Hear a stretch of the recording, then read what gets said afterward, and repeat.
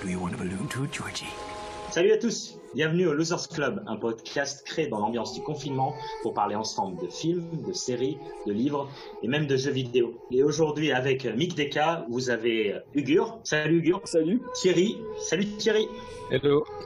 Et enfin, notre meilleure animatrice radio, le ciné. Salut le ciné. Salut.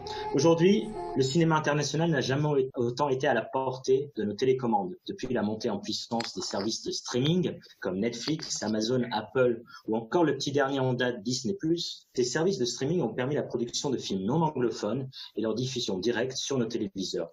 Pour cet épisode, nous allons aller au pays de la paella, des danseuses sevillanas et des tapas pour regarder d'un peu plus près deux productions espagnoles de Netflix. Ces deux productions ont en commun d'être déjà des thrillers et les deux films que nous allons parler aujourd'hui sont El Oro, la plateforme, ou encore Chez moi.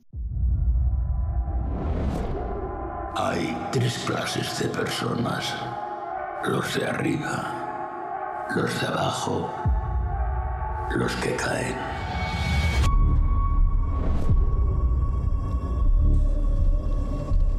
El hoyo. Sí, el hoyo. ¿Y usted sabe en qué consiste esto del hoyo? Obvio. Comer ¿Qué vamos a comer? lo que les sobra a los de arriba.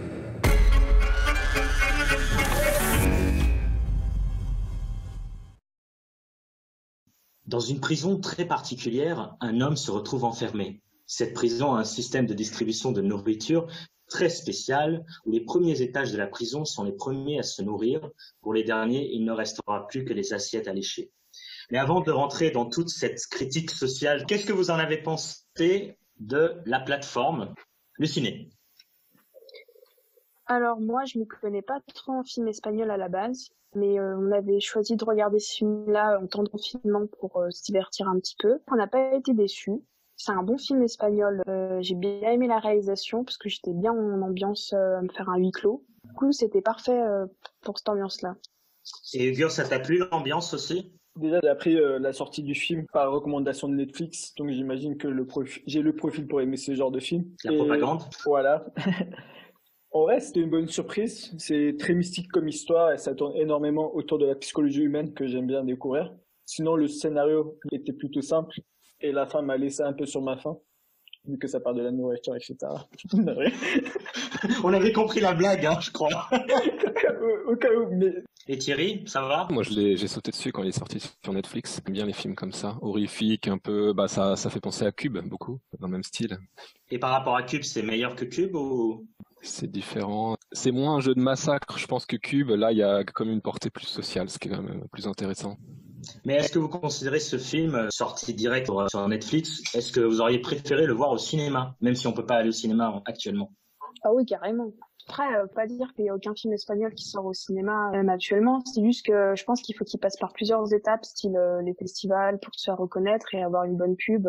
Bien sûr que le marché de la diffusion, il est pris plus par les films d'horreur américains, alors qu'il y a que les films d'horreur espagnols que moi j'aime beaucoup pour leur originalité et le renouvellement qu'ils font depuis des années. Je suis d'accord, j'aurais forcément aimé le voir au cinéma. Le film, il n'aurait pas la même vie qu'il a eu s'il était sorti au cinéma, malheureusement.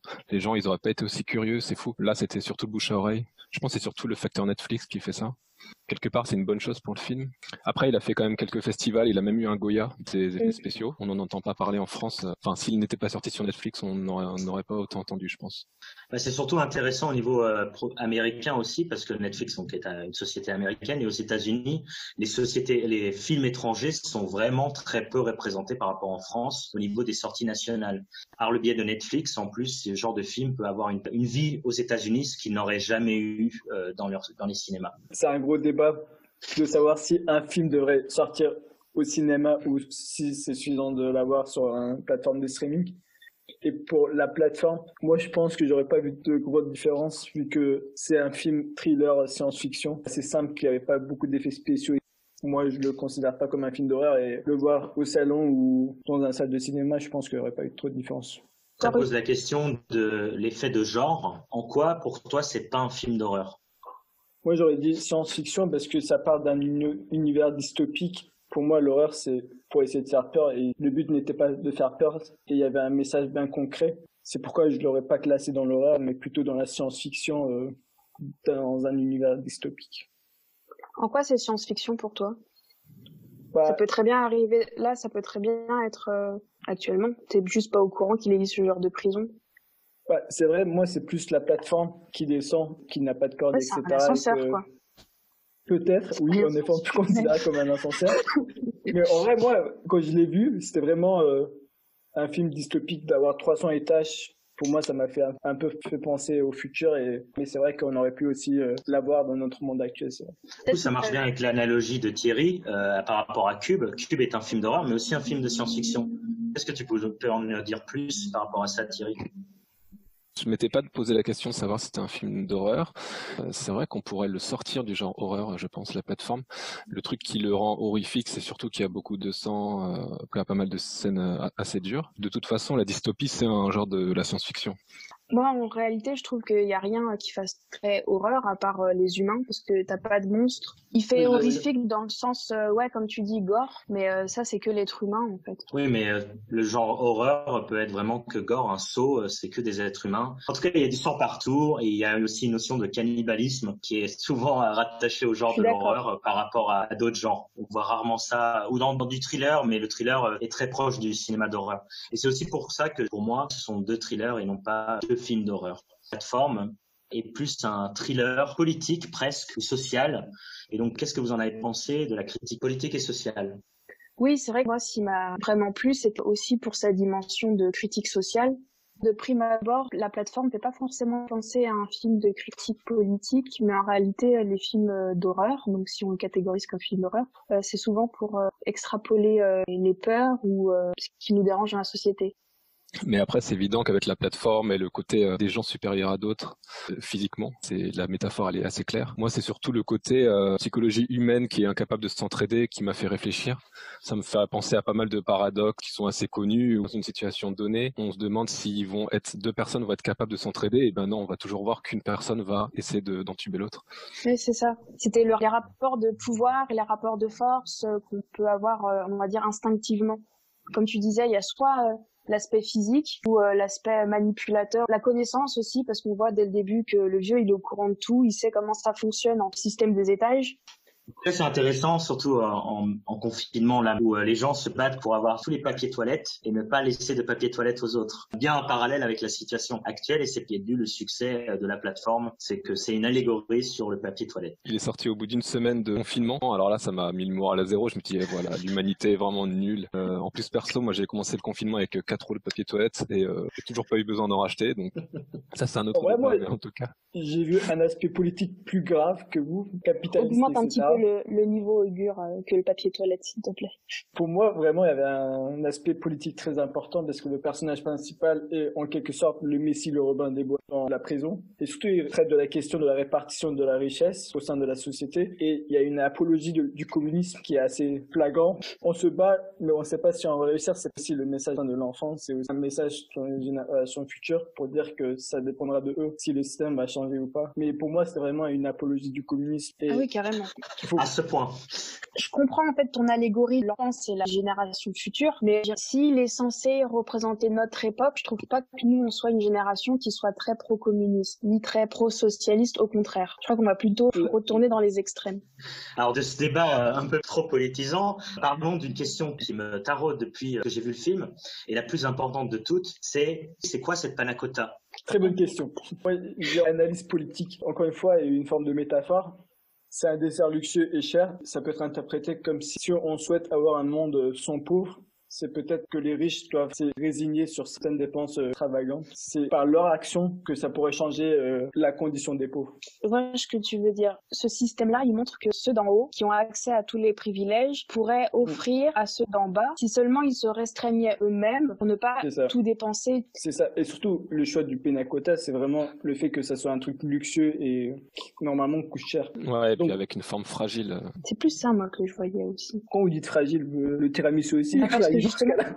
Oui, non, mais oui. Non, c'est plus carré, il est plus rectangulaire, tu vois. C'est moins... Gélatineux. Voilà. Ok. Parce que si tu voulais taper juste dans le Poireux. luxe, tu devrais prendre un homard ou du caviar, tu vois. Mais là, c'est vraiment un truc petit et fragile, en plus rouge. Si tu veux Ils faire ont une pris- allégorie du communisme, allons dedans. Hein. Ils ont vraiment pris le truc le plus dur à conserver sur 200 Ouais. étages, quoi.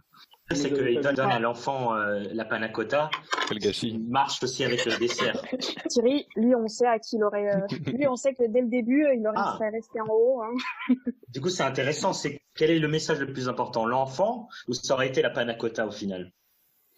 Mais je sais pas si vous avez vu ce début d'explication sur la panna cotta, mais il y a une scène au milieu du film qui montre du coup les cuisines avec une panna cotta et un cheveu dessus. Ça pourrait être en fait une scène qui se passe après le film, qui du coup suivrait ce retour de la panna cotta en cuisine et qui dirait que le message n'est pas passé parce que tout ce qu'ils ont vu c'est un cheveu. Et le chef de cuisine a engueulé le commis. Ça enlèverait l'idée qu'il y a une petite fille. Ça reste assez flou. On se demande si du coup est-ce que la petite fille existe vraiment ou pas. Je sais pas quoi penser de cette explication. En même temps, je suis pas sûr qu'elle change quoi que ce soit au film en fait. Mais Elle est surtout intéressante parce que j'ai remarqué avec cette panna cotta, quand il y avait le poêle, il y a quelqu'un, un cuisinier, a laissé un cheveu sur la panna cotta. C'est pour ça que les gens n'ont pas voulu la manger. Et j'ai trouvé que c'était intéressant. C'était la stupidité humaine. C'était pas un message pour eux. C'est juste parce qu'ils ont été dégoûtés qu'il y ait un cheveu. Moi, j'ai trouvé que c'était une scène assez drôle. Bah, c'est plus drôle que le film en entier, c'est sûr, parce que on a déjà un rapport de pouvoir dès le début où tu vois que le chef cuisinier il se permet d'engueuler ses employés sans raison. Mais j'aime bien la théorie de Thierry là-dessus. Ça voudrait dire que presque toute l'histoire n'aura servi à rien. Non, mais c'est surtout intéressant de montrer en quelque sorte une petite explication durant le film. C'est cool de savoir quel serait l'impact des deux, pas possible. C'est juste que cette scène, elle est un peu étrange, la scène de la panna cotta avant la vraie fin. Du coup, on sait même pas sur quelle timeline ça se situe. Et c'est ça qui est cool. C'est peut-être pas une scène si nécessaire parce que la panna cotta elle-même, on comprend le symbole introduit par le personnage principal de Goreng qui va la choisir pour la protéger tout le long. J'aime beaucoup les explications comme quoi cette panna cotta aurait un autre symbolisme. En réalité, demande-toi si tu avais été dans cette prison, comment tu aurais réagi justement? Bio aurait remonté au premier étage et fait partie des capitalistes. C'est ce qui se passe dans notre monde actuel, c'est-à-dire les pauvres qui travaillent et qui gagnent de l'argent et qui commencent à devenir riches oublient d'où ils viennent et à la fin, ils aident plus les pauvres. Et il y a beaucoup de riches comme ça qui deviennent très riches et qui dépensent des millions pour des jets privés, des yachts, etc. Mais qui pensent plus à la condition des pauvres parce que pour eux, c'est abstrait. Tu oublies rapidement parce que par exemple, le gars, il était à l'étage 200, il remonte à 10, il oublie tout en bas, tu vois, il s'en fout. Moi, je suis à 10, j'en profite. Il a qu'à se démerder, le gars qui est à 200 pour remonter lui aussi, tu vois. Et c'est notre monde actuel, c'est pareil. Si t'es à 200, tu vas faire en sorte de monter. Et si t'es au premier, tu vas faire en sorte de rester. Et c'est ce qui se passe dans notre monde actuel avec le capitalisme. Et toi, Thierry, tu mangerais quelqu'un? moi, je m'identifie vachement au héros. Enfin, je pense que c'est un peu le but. Après, tu vois bien que sa cause, elle est perdue, qu'il essaye de préserver certains plats, de parler à ceux d'en haut, de parler à ceux d'en bas, et que ça fonctionne pas du tout. Je pense qu'en fait, si j'avais été là-dedans, j'aurais noté sur un papier tous les numéros d'étage sur lesquels je suis, j'aurais demandé en haut et en bas où est-ce qu'ils étaient avant et tout ça. J'aurais essayé de comprendre comment ça marche. Parce qu'en fait, pendant le film, j'essayais de comprendre comment ça marchait. Je me disais, il y a une suite de Fibonacci quelque part. Puis en fait, non, c'est totalement aléatoire. J'étais vachement déçu. Hein. Et toi, le ciné, du coup, t'as pas dit... Franchement, la ça dépend. qui tuerait tout le monde. Dans l'intelligence que j'aimerais avoir, je m'adapterais en fait à chaque voisin parce que je pense que c'est le voisin aussi qui influence beaucoup en fait ton comportement. Au début, on a vu que n'ayant le vieux, il essayait d'être un petit peu rebelle contre lui parce que justement, il avait déjà ses idées préconçues. Quand il était avec la femme qui était à mes yeux encore plus optimiste que lui, en voulant à chaque fois faire sa répartition de nourriture. Lui, tu voyais qu'il était un peu plus défaitiste en mode mais ça arrivera jamais ce que tu racontes. J'ai un petit commentaire dessus. Est-ce que c'est l'adaptation ou est-ce que le vécu qui fait que son comportement change? Parce que initialement, certes, il est motivé, mais il n'a pas l'expérience qui va avec. Mais avec l'expérience, il commence à changer son point de vue. Il commence à être plus défaitiste parce qu'il connaît la vérité. Mais après, quand il rencontre l'autre personnage, Rat, avec sa corde, à deux, ils se mettent à se battre. Donc moi-même, je pense que ça dépendrait avec qui je suis. Si je suis avec quelqu'un complètement d'asocial, qui préfère faire ses petits stocks de nourriture, et ben je le ferai. Et si je suis avec quelqu'un qui est assez en vas-y, on va aller d'étage en étage, et ben j'irai avec lui ou elle. Moi, je serais le vieux avec Obvio parce que j'ai beaucoup de types de langage. J'ai toujours faim en général. Donc moi, j'aurais pas hésité à manger de la viande humaine.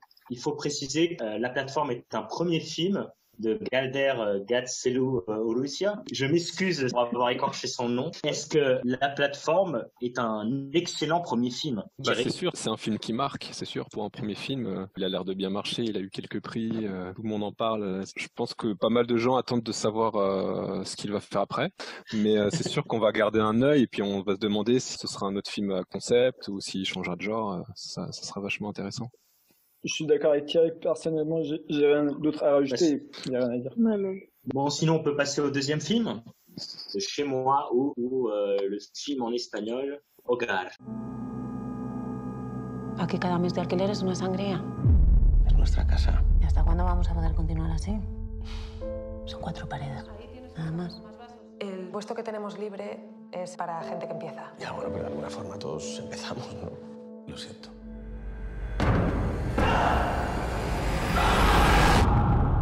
Me llamo Javier. Un deuxième film un peu particulier qui m'a un peu perturbé. Donc c'est un home invasion. Pour moi, c'est comme ça que je l'ai vu, où un homme revient dans son appartement pour essayer de s'introduire peu à peu dans la vie de ses nouveaux occupants. Ugur, t'as aimé voir Chez moi, chez toi? Très bonne question. J'étais un peu plus sceptique avec le deuxième film que par rapport au film plateforme. Ça reste un film sympa, mais le trailer n'était pas excitant. Encore une fois, le scénario était assez simple. Thierry? Moi, quand j'ai lancé le film, je pensais que c'était un film un peu plus conceptuel. Bon, pas forcément comme la plateforme, mais quelque chose de plus de huis clos ou de quelque chose comme ça. Donc j'étais assez surpris de voir l'exposition, même si l'exposition elle est efficace, assez rapide. On voit juste un homme qui perd tout. J'ai trouvé ça un peu laborieux dans le développement. Et surtout, on a le sentiment qu'ils essaient de développer des psychologies, mais j'ai du mal quand même à comprendre les psychologies. C'est un peu bizarre. Je trouve que ça sort un peu quand même de nulle part. Il y a à la fois un côté j'avais tout prévu, j'ai réussi à manipuler tout mon monde, donne du gaz lacrymogène et puis 6 minutes plus tard elle l'utilise, tout va bien comme il faut. Et puis un côté aussi un peu trop coïncidence, le jardinier comme par hasard, qui est aussi un pervers.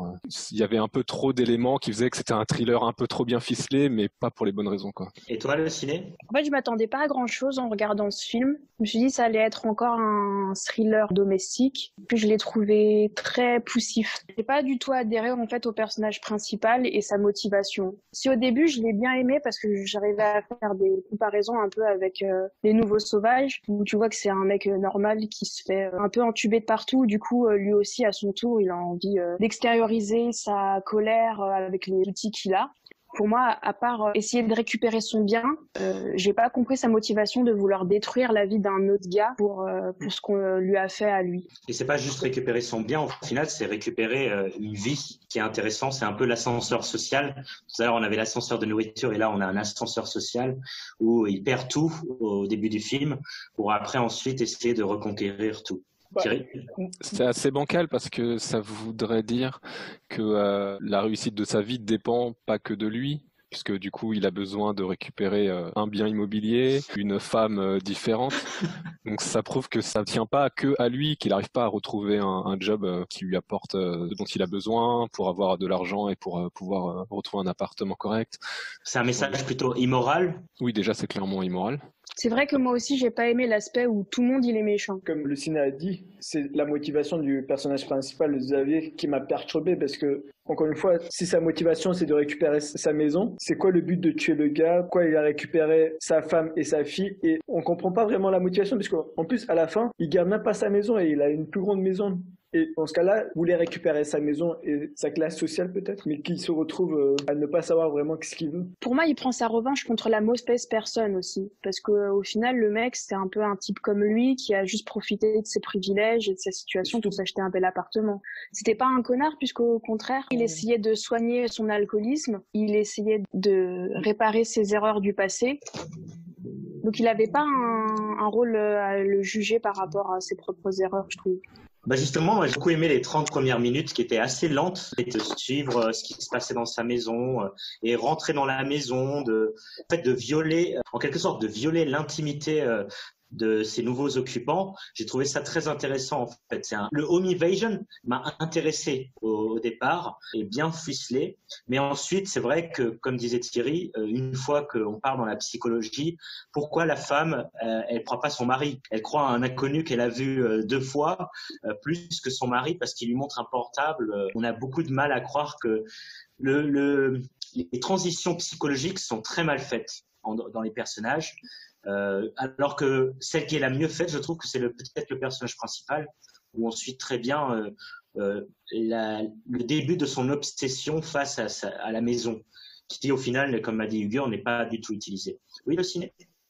Le film avait été comparé aussi à un espèce de parasite espagnol, mais au final, je suis pas d'accord, puisque dans Parasite, ce qui était vraiment intéressant, c'était que toute la famille se mettait à arnaquer les plus riches. L'arnaque tenait mieux que là. La femme est complètement dans l'ignorance et au contraire, elle-même, elle se fait entuber à la fin. J'ai pas trouvé que c'était comparable.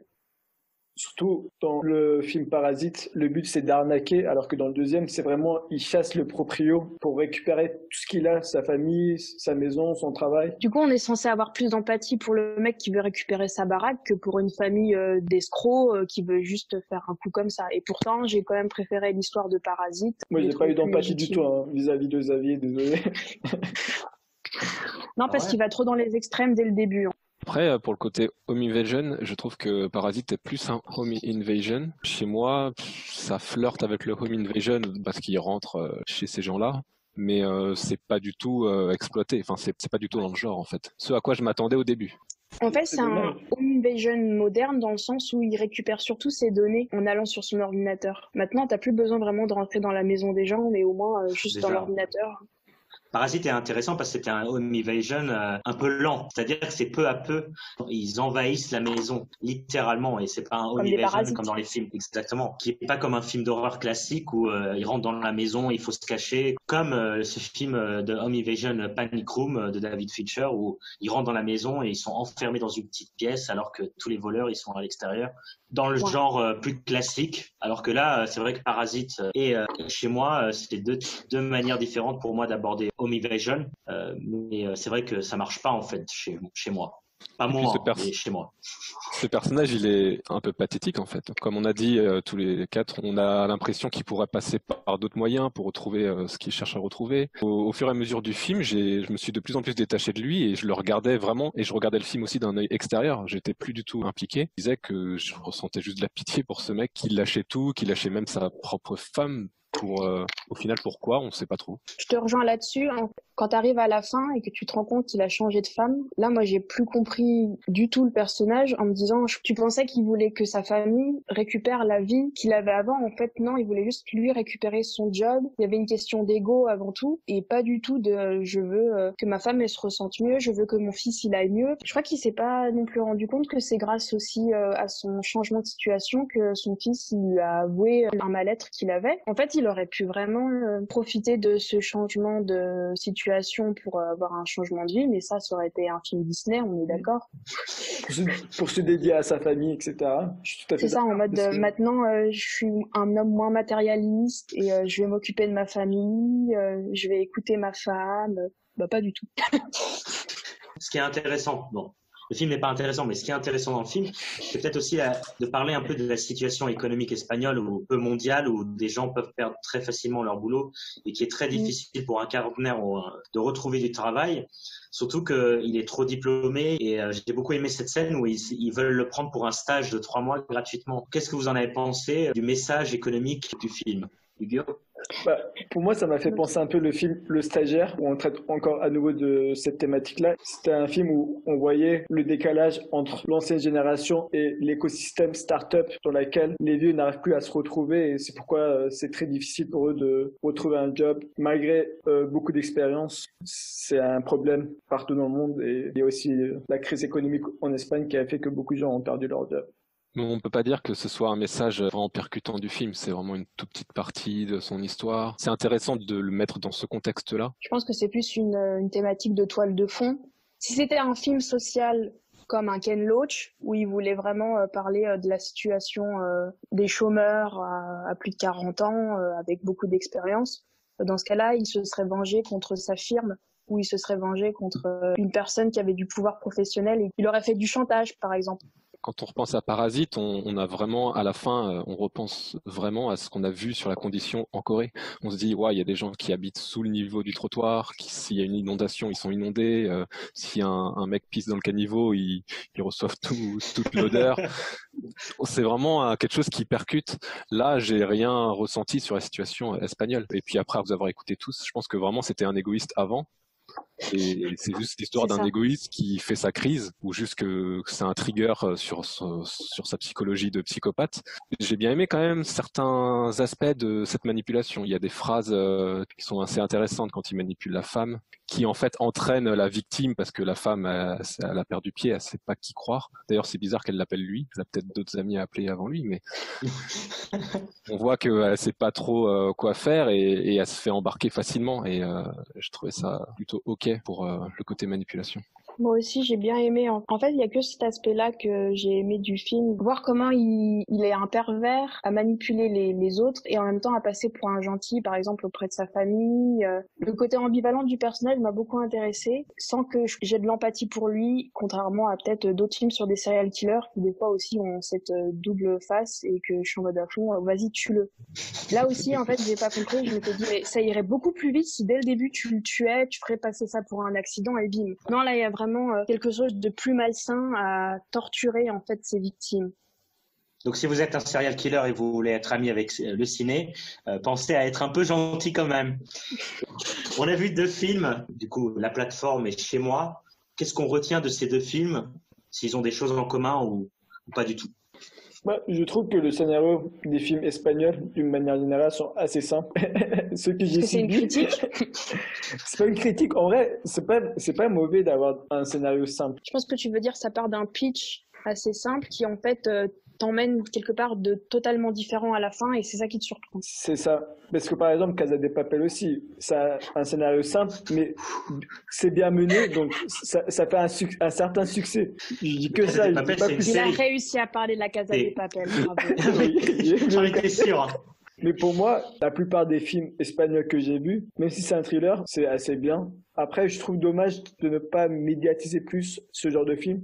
On peut les regarder seulement quand ça tombe sur Netflix et on n'est pas vraiment au courant des nouveautés. Il y a aussi beaucoup d'autres films intéressants, pas forcément que espagnols, qui existent sur Netflix. Faut juste les chercher en fait. Tu disais qu'on peut passer à côté de ce genre de film, mais en réalité, c'est aussi d'autres films de nationalité qui paraissent peut-être éloignés pour toi. Mais je pense à tous les films indiens qu'il y a sur Netflix. Là, tu peux pas dire qu'il y en a pas beaucoup. C'est pas pour autant que tu irais les voir.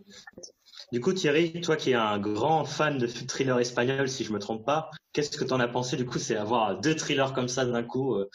C'est vrai que j'aime bien les thrillers espagnols et on voit que Netflix essaye de diffuser pas mal de thrillers espagnols. Je pense que c'est très fortement lié à la Casa de Papel, puisqu'il y a un autre film qui s'appelle Mirage, je crois, qui est avec l'acteur et le professeur. Ils essaient de passer des séries qui ont des actrices et des acteurs de la Casa de Papel, donc ils surfent clairement sur ça.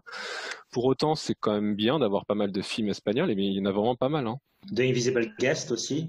Ouais, The Invisible Guest. Qui s'appelle L'accusé en français. C'est le même que j'ai beaucoup aimé. The Invisible Guardian, qui est un thriller que j'ai pas encore vu. Juste pour faire une distinction entre les 2 films, La Plateforme, il me semble qu'il est sorti au cinéma en Espagne et que c'est seulement à l'international qu'il est passé sur Netflix, alors que Chez moi, il est vraiment sorti sur Netflix en Espagne aussi. Je prends toujours du plaisir à voir un thriller espagnol. Après, je vous dirais de pas regarder Chez moi. Je connais un film qui s'appelle Malveillance, qui est aussi avec un psychopathe qui rentre chez une femme, et c'est quand même vachement mieux. Voilà, c'est mon propre avis. Réalisé par le réalisateur de REC. Donc Malveillance de Romy Balaguerro. Sinon, La Plateforme, je suis assez content parce que ça lui a donné plein de visibilité et du coup tout le monde a vu le film et c'est assez cool. Tant qu'on y est au conseil cinématographique, donc est-ce que vous auriez d'autres thrillers espagnols à conseiller? Je sais que mes premiers films d'horreur que j'avais aimés, c'était des films d'horreur espagnols, et c'était L'Orphelinat et Les Yeux de Julia. Ouais. Donc Les Yeux de Julia de Guillaume Morales. Après, je sais qu'ils datent, donc je sais pas s'ils seraient disponibles sur les plateformes. Je suis d'accord, j'aime beaucoup Les yeux de Julia. Bon, quant à moi, un de mes thrillers préférés, en fait, c'est une adaptation d'un de mes livres préférés. Donc, une adaptation de Miguel de Thierry Jonquet par Pedro Almodóvar, qui s'appelle La piel qui habito, qui est un de mes thrillers espagnols préférés. Et sinon, je conseillerais aussi Que Dios no perdone, qui m'a été conseillé pour le coup par Thierry, et qui est vraiment un film intéressant quant au crime et aussi au personnage principal, qui est un des personnages d'anti-héros les plus étranges que j'ai jamais vus. Oui, j'approuve ce choix. Que Dios nous pardonne. Pour moi, c'est un des meilleurs thrillers polars de tous les temps, qui se range au même niveau que Zodiac ou Seven. Pour moi, c'est un très très bon film et c'est espagnol. Bon bah, merci pour le conseil, en tout cas pour moi. Bah moi j'ai envie de le revoir du coup, et avec le ciné, on va sûrement le revoir. Non. Voilà, pour nos auditeurs, ça donne envie. En tout cas, merci de nous avoir écoutés et à une prochaine fois pour une prochaine émission.